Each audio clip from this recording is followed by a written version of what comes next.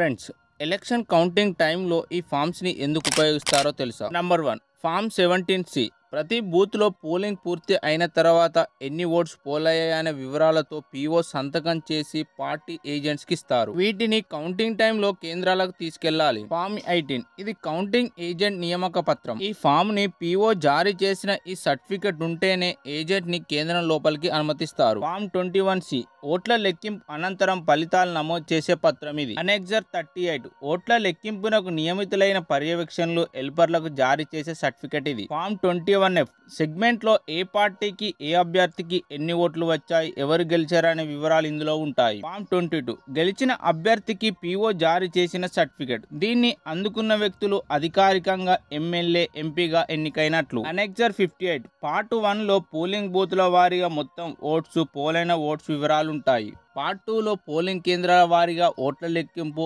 ఆధిక్యాలు, ఫలితాల వివరాలు ఉంటాయి. అనెక్సర్ 39, నియోజకవర్గాల తుది ఫలితాల వివరాలు ఇందులో క్లియర్ గా ఉంటాయి. పోలింగ్ కేంద్రాల వారీగా ఓటు ఆధిక్యతలు నోటాతో సహా పొందుపరుస్తారు. పీఓ సంతకం చేసిన తర్వాత దీన్ని అఫీషియల్ గా అనౌన్స్ చేస్తారు.